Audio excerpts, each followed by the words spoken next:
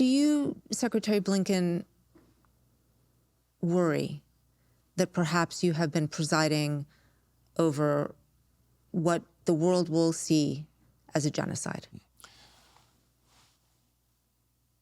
No, it's not, first of all. Second, as to how the world sees it, I can't fully answer to that. But everyone has to look at the facts and draw their own conclusions from those facts. And my conclusions are clear. I think as well, there is, in the wake of this horrific suffering, the traumatization of the Israeli population, the Palestinian population, and many others, there's also a light that one can see that offers the prospect of a much different and much better future. It doesn't bring back the lives of those who've been lost.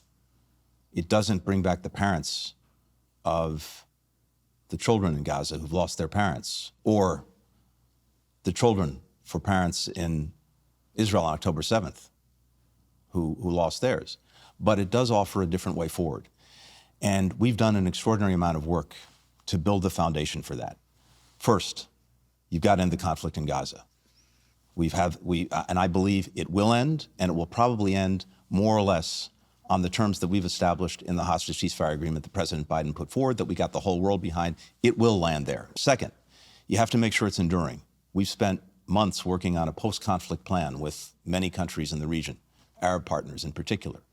And that plan is, if we don't have the opportunity to start to try to implement it through a hostage ceasefire agreement in the next couple of weeks, we will hand it off to the incoming Trump administration, and they can decide whether to move forward with it. Third, we have the prospect of a totally different region with normalized relations between Israel and Saudi Arabia and many other countries, Israel integrated into the security architecture of the region, and because it will be a requirement of any such normalization agreement, a real pathway to a Palestinian state.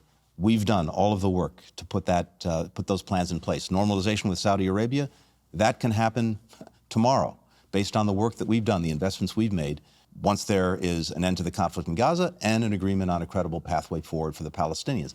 All of that work is there. That's what we'll be handing over.